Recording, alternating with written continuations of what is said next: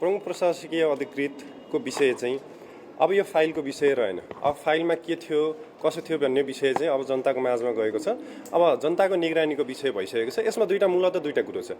एउटा चाहिँ नेपाल सरकारले 15 गते चैत 15 गतेको जुन चाहिँ तिनकोनेमा दमन गरेको छ त्यसमा चाहिँ सरकारको अक्षमतालाई ढाक्नको लागि र विषयान्तर गर्नको लागि चाहिँ आजको चाहिँ महानगरपालिकामा दमन गरेको हो।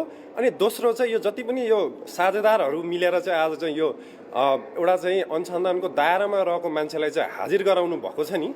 अनि भोलि उहाँलाई चाहिँ अख्तियारले पनि छानबिन गर्दैछ, मन्त्रालयले छानबिन गर्ला। भोलि उहाँ दोषी देखिनु भयो, जेल जानुभयो भने आजको जति पनि साझेदार हुनुहुन्छ उहाँहरू सबैजना चाहिँ उहाँसँगै जेल जानियो कि होइन यो चाहिँ एक्का राख्नुपर्छ। हामी यस्तो छ, यो चाहिँ छानबिनको दायरामै छ। अब यस्तो हुन्छ, नेपाल सरकार कर्मचारीलाई चाहिँ यहाँ चाहिँ हाजिर गराउन नदिने भन्ने चाहिँ त्यस्तो कानुनमा छैन। अनि तपाईँको चाहिँ अब उहाँ गर्नुहुन्छ भने त्यो उहाँको विषयहरू हो। तोडफोड भएको छ, अब बिल कसलाई पठाउने?